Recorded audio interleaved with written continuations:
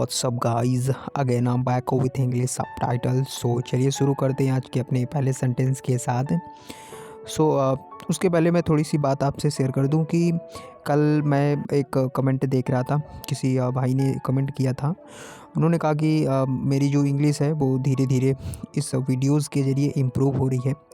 तो ये सुनकर और ये रीड करके मुझे बहुत अच्छा लगा कि एटलीस्ट कुछ लोगों के लिए अगर मैं छोटा सा भी कंट्रीब्यूशन कर पा रहा हूँ अपने वीडियोस के ज़रिए, तो ये मेरे लिए काफ़ी खुशी की बात है।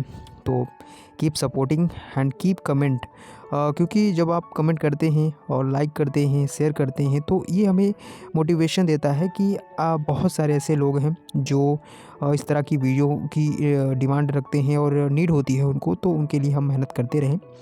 तो काफ़ी अच्छा लगा भाई। और हम आपने जैसा कि कहा कि वीडियो आप डेली अपलोड करें, तो मैं कोशिश करता हूँ। अगर कोई रीज़न नहीं रहता तो मैं डेफ़िनेटली कोई ना कोई वीडियो अपलोड कर ही देता हूँ।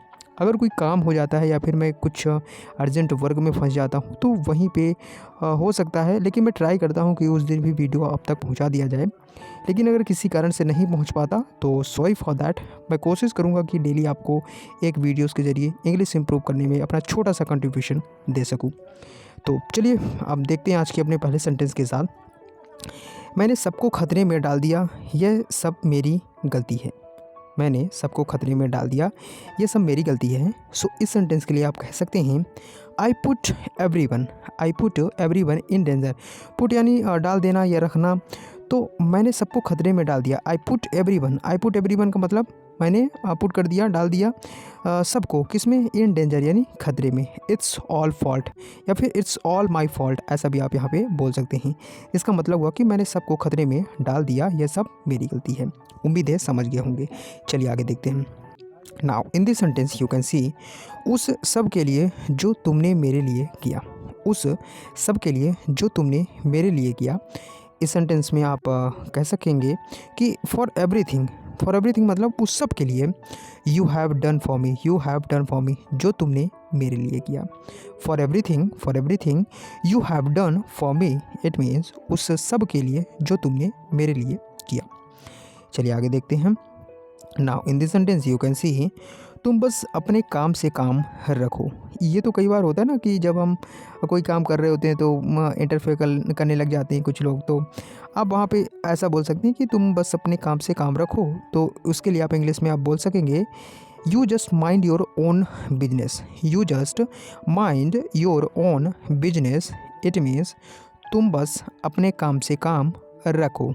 You just mind your own business. काफ़ी अच्छा और जेन्युइन सा सेंटेंस है। इसका इस्तेमाल आप अपने डे टू डे लाइफ में कर सकते हैं। चलिए आगे मूव करते हैं। Now in this particular sentence you can see मुझे एक बहुत ज़रूरी काम करना है। मुझे एक बहुत ज़रूरी काम करना है। कई बार इस तरह का सेंटेंस हम घर वालों के साथ बोल देते हैं जब वो काम के लिए कहते हैं ना कि ये वाला काम कर लो। तो अभी जनरली से कि मुझे एक बहुत ज़रूरी काम करना है, मुझे जाना है। तो ठीक है, तो अब आज से अब इसको आप इंग्लिश में भी कह सकते हैं कि I have got one very important thing to do. I have got यानी मेरे पास है क्या, one very important thing to do, मतलब एक कोई महत्वपूर्ण काम है जिसे मुझे करना है, बहुत ज़रूरी है। तो उसको अगर सीक्वेंस में आप कहें तो आप ऐसा बोल सकते हैं कि मुझे एक बहुत ज़रूरी काम करना है। I have got one very important thing to do. I have got one very important thing to do, it means मुझे एक बहुत ज़रूरी काम करना है। चलिए आगे देखते हैं। Now in this sentence you can see शायद यह सब किसी वजह से हो रहा है। शायद यह सब किसी वजह से हो रहा है। मे बी मतलब शायद। All of this is happening. All of this यानी यह सब कुछ किसी वजह से हो रहा है। तो all of this is happening for a reason यानी किसी वजह से। तो शायद यह सब किसी वजह से हो रहा है। May be all of this is happening for a reason. चलिए आगे देख लेते हैं।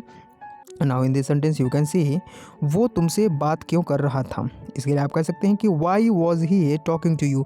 सेंटेंस जो है पास्ट में लिखा हुआ है, बस आप स्ट्रक्चर लगा के यहाँ पे चीज़ों को सेट कर सकते हैं कि वो तुमसे बात क्यों कर रहा था। Why was he talking to you. काफ़ी अच्छा सेंटेंस है। ऐसे सेंटेंस में आप इंट्रोगेटिव ये जो साइन होता है इसको लगाना मत भूला करिए अगर आप कभी राइटिंग कर रहे हैं तो। चलिए आगे देखते हैं। Now in this particular sentence please मुझे बताना बंद करो कि मुझे क्या करना चाहिए, प्लीज़ मुझे बताना। फिर बंद करो कि मुझे क्या करना चाहिए। इस सेंटेंस के लिए आप कह सकते हैं please stop telling me what I should do. यानी मुझे बताना बंद करो व्हाट शुड आई डू, कि मुझे क्या करना चाहिए। मतलब इसका सेंस ये है कि प्लीज़ मुझे बताना बंद करो, कि मतलब हर चीज़ के लिए इंस्ट्रक्ट मत करो, मुझे क्या करना चाहिए। तो please stop telling me what I should do. So guys, ये थे कुछ important subtitles. I hope it is clear.